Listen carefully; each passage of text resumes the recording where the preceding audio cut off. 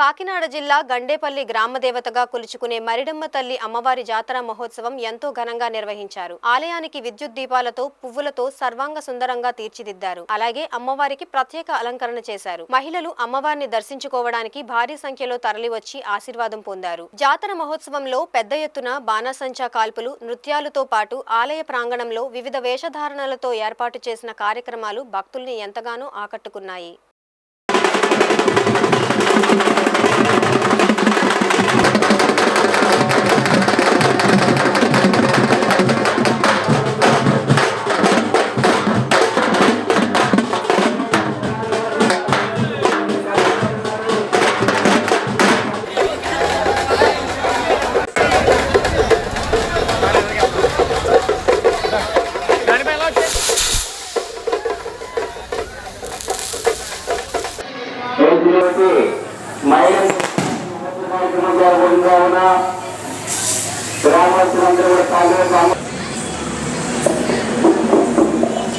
గ్రామించినటువంటి దాతలకు అందరికీ కూడా ఆ మహిళ తల్లి తిరిగి సంపద పాడి పంటల ఐశ్వర్య